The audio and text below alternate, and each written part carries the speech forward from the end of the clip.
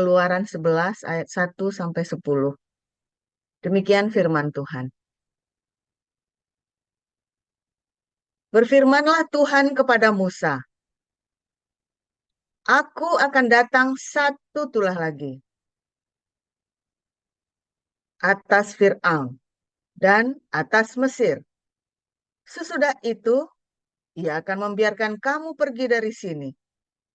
Apabila ia membiarkan kamu pergi, ia akan benar-benar mengusir kamu dari sini. Baiklah katakan kepada bangsa itu, supaya setiap laki-laki meminta barang-barang emas dan perak kepada tetangganya, dan setiap perempuan kepada tetangganya pula. Lalu Tuhan membuat orang Mesir bermurah hati terhadap bangsa itu. Lagi pula, Musa adalah seorang yang sangat terpandang di tanah Mesir, di mata pegawai-pegawai Fir'aun, dan di mata rakyat. Berkatalah Musa, beginilah firman Tuhan, pada waktu tengah malam, aku akan berjalan dari tengah-tengah Mesir. Maka tiap-tiap anak sulung di tanah Mesir akan mati. Dari anak sulung Fir'aun yang duduk di tahtanya, sampai kepada anak sulung budak perempuan yang menghadapi batu kilangan. Juga segala anak sulung hewan. Dan seruan yang hebat akan terjadi di seluruh tanah Mesir, seperti yang belum pernah terjadi dan seperti yang tidak akan ada lagi. Tetapi kepada siapa juga dari orang Israel, seekor anjing pun tidak akan berani menggonggong, baik kepada manusia maupun kepada binatang, supaya kamu mengetahui bahwa Tuhan membuat perbedaan antara orang Mesir dan orang Israel. Dan semua pegawaimu ini akan datang kepadaku dan sujud kepadaku, serta berkata, Keluarlah engkau dan seluruh rakyat yang mengikut engkau. Sesudah itu, aku akan keluar. Lalu Musa meninggalkan Fir'aun dengan marah yang bernyala-nyala. Berfirmanlah Tuhan kepada Musa, Fir'aun tidak akan mendengarkan kamu, supaya mukjizat-mukjizat yang kubuat bertambah banyak di tanah Mesir. Musa dan Harun telah melakukan segala mukjizat ini di depan Fir'aun, tetapi Tuhan mengeraskan hati Fir'aun sehingga tidak membiarkan orang Israel pergi dari negerinya. Keluaran 12 ayat 1-25. Beginilah pembacaan kebenaran firman Tuhan. Berfirmanlah Tuhan kepada Musa dan Harun di tanah Mesir, bulan inilah akan menjadi permulaan segala bulan bagimu. Itu akan menjadi bulan pertama bagimu tiap-tiap tahun. Katakanlah kepada segenap jemaah Israel, pada tanggal 10 bulan ini diambillah oleh masing-masing seekor anak domba menurut kaum keluarga, seekor anak domba untuk tiap-tiap rumah tangga.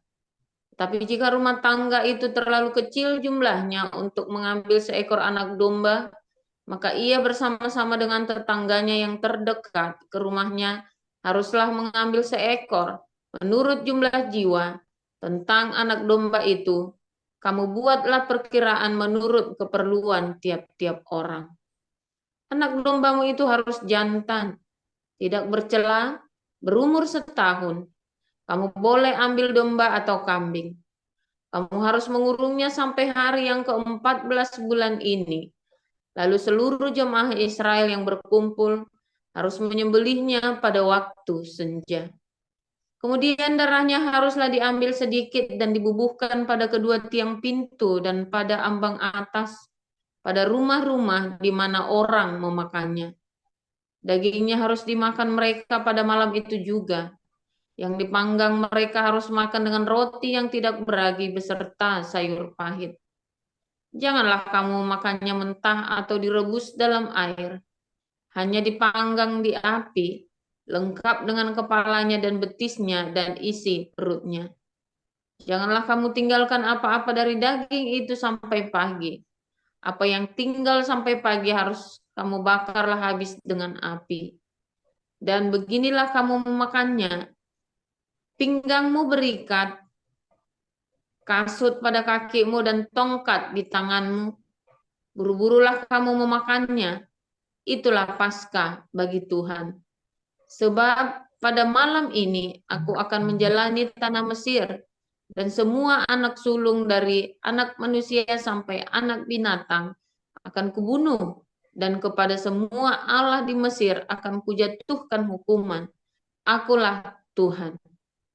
Dan darah itu menjadi tanda bagimu pada rumah-rumah di mana kamu tinggal. Apabila aku melihat darah itu, maka aku akan lewat daripada kamu. Jadi tidak akan ada tulah kemusnahan di tengah-tengah kamu apabila aku menghukum tanah Mesir. Hari ini akan menjadi hari peringatan bagimu. Kamu harus merayakannya sebagai hari raya bagi Tuhan turun-temurun. Kamu harus merayakannya sebagai ketetapan untuk selamanya. Kamu makanlah roti yang tidak beragi 7 hari lamanya. Pada hari pertama pun kamu buanglah segala ragi dari rumahmu. Sebab setiap orang yang makan sesuatu yang beragi, dari hari pertama sampai hari ke-7, orang itu harus dilenyapkan dari antara Israel. Kamu adakanlah pertemuan yang kudus, baik pada hari yang pertama maupun pada hari yang ke-7. Pada hari-hari itu tidak boleh dilakukan pekerjaan apapun, hanya apa yang perlu dimakan setiap orang, itu sajalah yang boleh kamu sediakan. Jika kamu harus tetap merayakan hari raya makan roti yang tidak beragi, sebab tepat pada hari ini juga aku membawa pasukan-pasukanmu keluar dari tanah Mesir. Maka haruslah kamu rayakan hari ini turun-temurun. Itulah suatu ketetapan untuk selamanya. Dalam bulan pertama, pada hari yang ke-14 itu pada waktu petang, kamu makanlah roti yang tidak beragi sampai kepada hari yang ke-21 bulan itu pada waktu petang. 7 hari lamanya tidak boleh ada ragi di rumahmu. Sebab setiap orang yang makan sesuatu yang beragi, orang itu harus dilenyapkan dari antara jemaah Israel, baik ia orang asing, baik ia orang asli. Sesuatu apapun yang beragi tidak boleh kamu makan. Kamu makanlah roti yang tidak beragi di segala tempat kediamanmu. Lalu Musa memanggil semua tua-tua Israel serta berkata kepada mereka, "Pergilah, ambillah kambing domba untuk kaummu dan sembelihlah anak domba Paskah.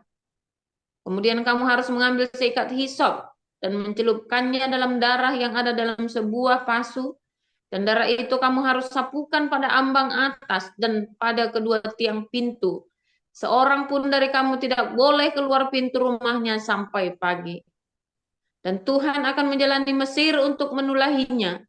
Apabila ia melihat darah pada ambang atas dan pada kedua tiang pintu itu, maka Tuhan akan melewati pintu itu dan tidak membiarkan pemusnah masuk ke dalam rumahmu untuk menulahi. Kamu harus memegang ini sebagai ketetapan sampai selama-lamanya bagimu dan bagi anak-anakmu. Dan apabila kamu tiba di negeri yang akan diberikan Tuhan kepadamu, seperti yang difirmankannya, maka kamu harus pelihara ibadah ini." Dan apabila anak-anakmu berkata kepadamu, "Apakah artinya ibadahmu ini?" Maka haruslah kamu berkata, "Itulah korban Paskah bagi Tuhan yang melewati rumah-rumah orang Israel di Mesir, ketika ia menulahi orang Mesir, tetapi menyelamatkan rumah-rumah kita." Lalu berlututlah bangsa itu dan sujud menyembah. Pergilah orang Israel lalu berbuat demikian, seperti yang diperintahkan Tuhan kepada Musa dan Harun. demikianlah diperbuat mereka. Maka pada tengah malam, Tuhan membunuh tiap-tiap anak sulung di tanah Mesir, dari anak sulung Firaun yang duduk di tahtanya, sampai kepada anak sulung orang tawanan yang ada dalam liang tutupan, beserta segala anak sulung hewan. Lalu bangunlah Firaun pada malam itu, bersama semua pegawainya, dan semua orang Mesir, dan kedengaranlah seruan yang hebat di Mesir, sebab tidak ada rumah yang tidak kematian. Lalu pada malam itu, dipanggilnyalah Musa dan Harun, katanya, "Bangunlah, keluarlah dari tengah-tengah bangsaku, baik kamu maupun orang Israel. Pergilah, beribadahlah kepada Tuhan, seperti katamu itu. Bawalah juga kambing dombamu dan lembu sapimu, seperti katamu itu. Tetapi pergilah, dan mohonkanlah juga berkat bagiku." Orang Mesir juga mendesak dengan keras kepada bangsa itu, menyuruh bangsa itu pergi dengan segera dari negeri itu, sebab kata mereka, "Nanti kami mati semuanya." Lalu bangsa itu mengangkat adonannya sebelum diragi, dengan tempat adonan mereka terbungkus dalam kainnya di atas bahunya. Orang Israel melakukan juga seperti kata Musa. Mereka meminta dari orang Mesir barang-barang emas dan perak, serta kain-kain. Dan Tuhan membuat orang Mesir bermurah hati terhadap bangsa itu, sehingga memenuhi permintaan mereka. Demikianlah mereka merampasi orang Mesir itu. Kemudian berangkatlah orang Israel dari Ramses ke Sukot. Kira-kira 600.000 orang laki-laki berjalan kaki, tidak termasuk anak-anak. Juga banyak orang dari berbagai-bagai bangsa turut dengan mereka. Lagi sangat banyak ternak kambing domba dan lembu sapi.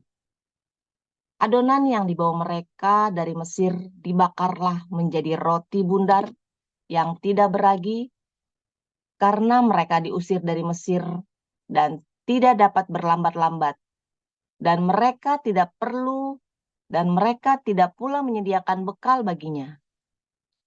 Lamanya orang Israel diam di Mesir adalah 430 tahun.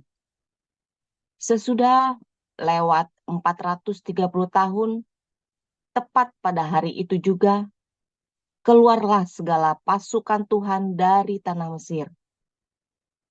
Malam itulah malam berjaga-jaga bagi Tuhan, untuk membawa mereka keluar dari tanah Mesir. Dan itulah juga malam berjaga-jaga bagi semua orang Israel, turun-temurun untuk kemuliaan Tuhan. Berfirmanlah Tuhan kepada Musa dan Harun, "Inilah ketetapan mengenai Paskah. Tidak seorang pun dari bangsa asing boleh memakannya. Seorang budak belian barulah boleh memakannya setelah engkau menyunat dia. Orang pendatang dan orang upahan tidak boleh memakannya. Paskah itu harus dimakan dalam satu rumah juga. Tidak boleh kau bawa sedikit pun dari daging itu keluar rumah.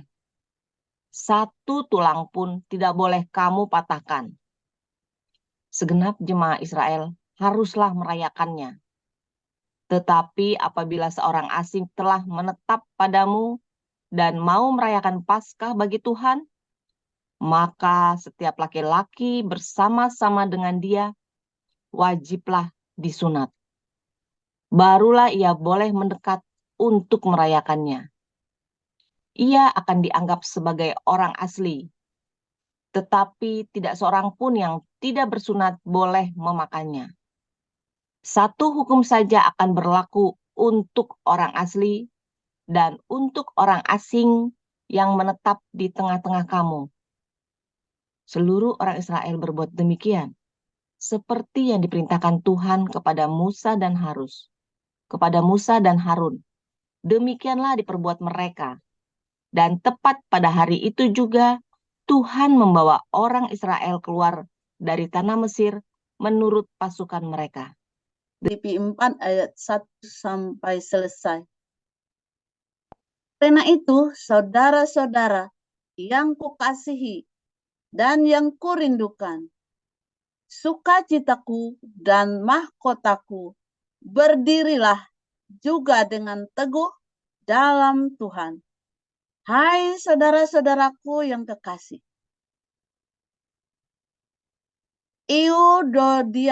Euodia kunasihati dan Sintike kunasihati, supaya sehati sepikir dalam Tuhan. Bahkan kuminta kepadamu juga, Sunsugos, temanku yang setia, tolonglah mereka, karena mereka telah berjuang dengan aku dalam perkabaran Injil, bersama-sama dengan Clement dan kawan-kawanku sekerja yang lain, yang nama-namanya tercantum dalam kitab kehidupan. Bersukacitalah senantiasa dalam Tuhan. Sekali lagi, kukatakan bersukacitalah. Hendaklah kebaikan hatimu diketahui semua orang. Tuhan sudah dekat.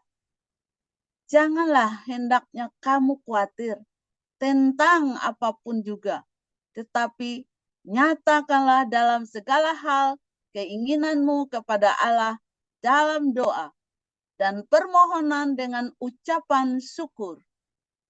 Damai sejahtera Allah yang melampaui segala akal akan memelihara hati dan pikiranmu dalam Kristus Yesus.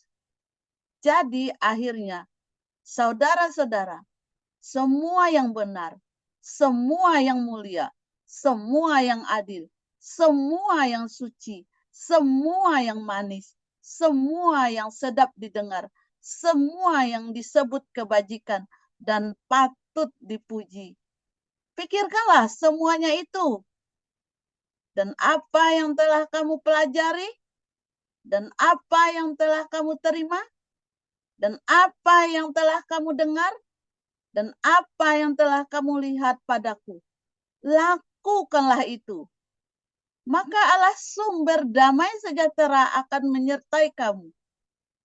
Aku sangat bersukacita dalam Tuhan, bahwa akhirnya pikiranmu dan persamaanmu bertumbuh kembali untuk aku.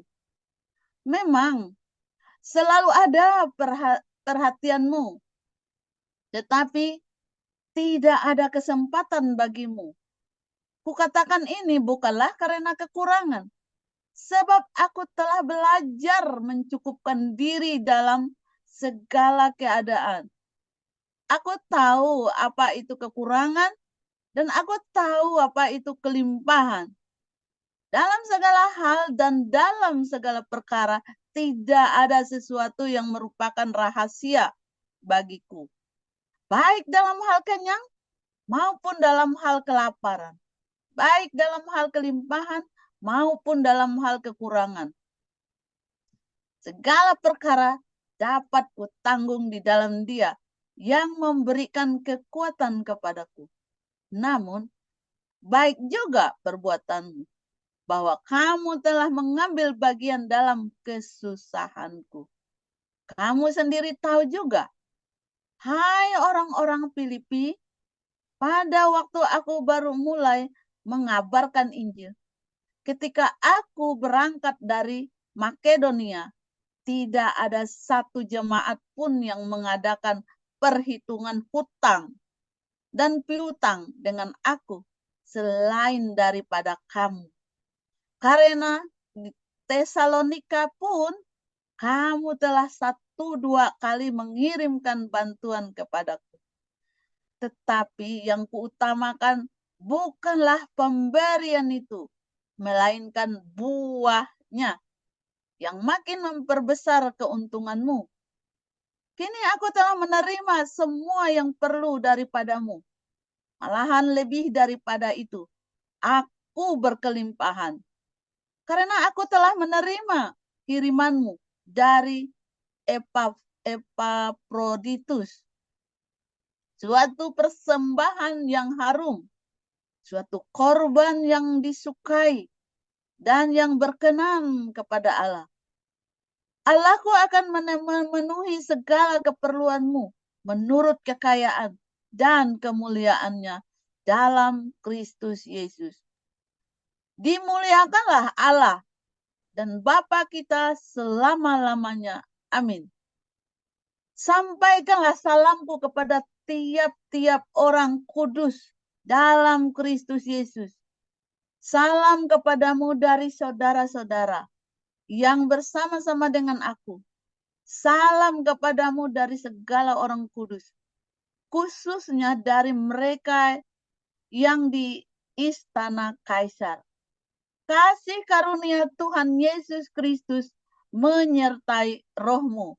Luar biasa firman Tuhan, selalu baru setiap hari dan selalu membuat hati kita dikuatkan, saudara ya. Karena di dalam semua penderitaan, pasti ada batas waktunya, ya saudara ya. Semua penderitaan, pencobaan ada batas waktunya. Kecuali kamu responnya nggak benar.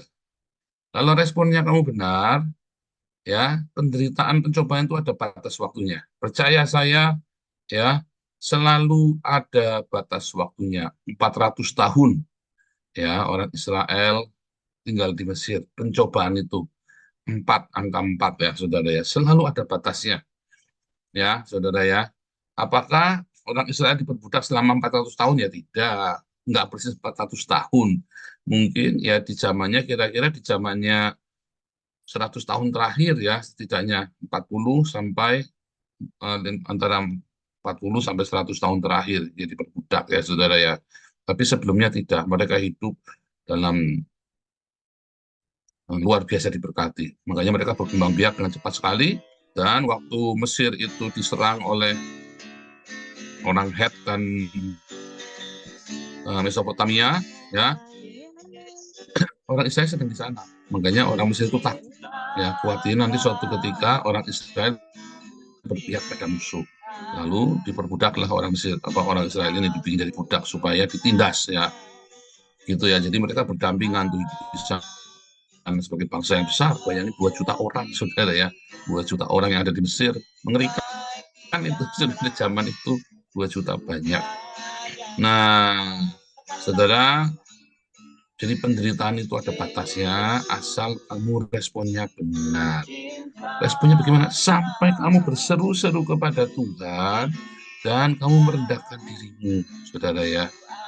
Itu pun ketika pertolongan datang belum tentu hati kamu bersih, makanya ditambahin 40 tahun lagi, saudara. Ya, 430 tahun. Ya mereka tinggal di Mesir, ditambahin 40 tahun lagi, dibersihkan, dimurnikan semua yang keluar dari Mesir, yang mentalnya mental udah ya nggak boleh masuk ke tanah Kanaan. Nah, saudara, apa yang dimaksud dengan kekayaan bangsa-bangsa yang akan diberikan kepadamu, saudara? Kamu akan menjarah kekayaan bangsa-bangsa. Dulu pernah saya kasih tahu ya, ketika ada orang ngutukin kamu dan kamu memberkati orang yang mengutuki kamu sedang menjarah kekayaannya dia, saudara. Berkatnya dia itu sedang kamu ambil. Ya. Jadi kalau ada orang musuhin kamu, berkatilah dia. Karena berkat yang seharusnya diberikan kepada dia, itu kamu ambil, saudara. Ya, keberuntungannya dia itu kamu ambil. Kalau respon kamu benar, ya, itulah yang terjadi di alam roh, saudara ya. Ketika orang-orang fitnah, orang-orang mencelakain kamu, orang-orang bikinnya nggak benar, kamu berkati dia terus, saudara. Karena berkat itu akan diambil, keberuntungan mereka akan kamu ambil dengan berlipat gandaan. Selalu terjadi begitu, ya. Tapi kalau kamu mau balas ngutukin, ya kamu nggak dapat apa-apa. Ya, kalau kamu balas-balasan begitu ya, kamu nggak dapat apa-apa. Itu kalau kamu memberkati, ya kamu akan dapat lipat gandaan. Dan itu sudah saya tunjukkan di congormu persis setiap hari, saudara. Ya, di congormu persis. Semoga Tuhan memberkati saya. Ya, kita kemarin kan udah tahu ya, kita error ya, kita punya laptop dulu kan belinya bekas semua. Nah, kemudian saya beli, kita pakai 3 device karena laptopnya baru semua, saudara ya. Kita punya laptop bagus semua. Yang satu walaupun salah beli ya kemarin ya, refurbish ternyata ya saya salah beli. Tapi sekarang kita dikasih laptop baru lagi. Saya disuruh ganti laptop, saya bilang belum ada uangnya, nanti sih nggak apa-apa, nanti bulan Juli kita mau beli. Orang ini nggak sabar, saudara ya. Orang ini nggak sabar, saya disuruh, udah beli sekarang saja. Saya beli laptop, saudara. Kasih uang di laptop. Ya buat TikTokan segala macam, sekarang bagus ya, tampilannya di YouTube. Itu baru sedikit dari berkat-berkat yang Tuhan selalu sediakan buat kami, saudara. Ketika difitnah, dicaci maki, diam, saudara. Jangan balas. Keberuntungan orang-orang itu sedang ada jarak dilipat gandaan. Demikian juga keberuntungannya dia habis. Yang ada sial ketika dia mengutuki orang benar. Ya. Dulu sering saya bilang, kalau kamu sedang berkonflik, diam. Ya diam, jangan membicarakan yang tidak baik. Semesta alam akan mendukung, saudara. Sekalipun kamu salah. Sekalipun kamu yang salah, semesta alam akan mendukungmu, saudara. Tapi kalau kamunya meletar kemana-mana, ya kamu cari dukunganmu sendiri, sana cari dukunganmu sendiri, semesta tidak akan mendukungmu. Ya, sering setiap malam saya bilang, kenapa Megawati bisa jadi presiden? Apakah karena dia hebat? Bukan, nggak bisa apa-apa. Ya, dia bisa jadi presiden karena semesta mendukungnya. Kenapa dia di Amerika difitnah, dicaci maki, dikatai, ini kok kayak Amin Rais, ini orang diem saja. Ini jengkel ya, sampai para politikus jengkel karena Megawati diem saja. Mereka itu kayak ngantem tembok ya. Mencaci maki Megawati itu kayak ngantem tembok, diem saja. Tiba-tiba partainya menang ya, di partai penguasa dominan ya, gila ya. Sampai juga itu habis 27 Juni dia di demikian rupa ya, dihabisi gitu ya sama Orde Baru ya. Saya masih ingat sekali itu ya, sampai markasnya itu diserang ya, saudara. Gila ya, bakar-bakaran sampai dia mati. Tetapi apa yang terjadi, diem, saudara. Nggak pernah dia mencaci musuh ya. Wah, dia langsung jadi partai penguasa tuh, saudara ya, langsung tuh. Nah, kejatuhannya PDIP juga sama, banyakan mulut. Ganjar habis punya suaranya habis karena dia nyelekin Jokowi. Bukan Jokowinya yang hebat, bukan, karena dia nyelekin rakyatnya yang nggak suka Jokowi, tapi jadi bersimpati akhirnya ya. Terus meremehkan Gibran, dan dia bahkan ngomong apa, jangan pilih bekas kriminal, pembunuh. Itu tuh omongan yang nggak benar, saudara ya, yang diumumkan di publik, saudara ya. Tiba si Ahok lagi salah ngomong, iya kan? Ngomongnya apa dia? Emang Jokowi bisa kerja walaupun dia klarifikasi bolak-balik, yang pertama sudah ditangkap. Oh, awas dicing, saudara. Orang-orang awas. 2 kali dihabisin Ganjar, saudara ya. Udah dibilangin jangan jelek-jelekin orang lain. Habis kamu, sekalipun kamu benar pun orang nggak suka. Orang nggak suka, saudara. Karena semua orang sama seperti Anda dan saya, kita punya kejelekan. Kita punya background tidak baik. Ayo, kamu dan saya cuma pada ngaku aja. Siapa yang di sini tidak punya kejelekan? Dan siapa yang suka kejelekannya diomel-omel ke orang lain, saudara? Tanpa sadar, alam bawah sadarmu dan alam bawah sadarku, ketika ada orang jelek-jelekin langsung dalam hati, jangan-jangan ntar gue digituin lagi sama kamu. Iya kan? Iya, tanpa sadar. Anda serem juga tuh. Anda yang lakukan kok merasanya paling benar, paling suci, dan Tuhan pun kalah suci sama dia yang lakuin, saudara ya. Kalau saya mah tahu diri, saya juga orang berdosa ya. Sama seperti Anda, kita semua sama orang berdosa. Dari situlah kita menjarah kekayaan bangsa-bangsa, saudara. Karena ada, saudara, anak sulung yang dikorbankan. Apa yang paling berharga dalam hidupmu? Anakmu? Bukan, saudara, harga dirimu. Bohong kamu bilang anakmu yang paling berharga. Harga dirimu yang paling berharga. Orang kehilangan anak gak bunuh diri. Kamu kehilangan harga diri bisa bunuh diri kamu. Iya enggak, saudara? Kita jujur saja. Iya, kita ngomong jujur, saudara. Kecuali orang sudah mengalami metanoia, ya harga dirinya sudah nggak ada artinya lagi.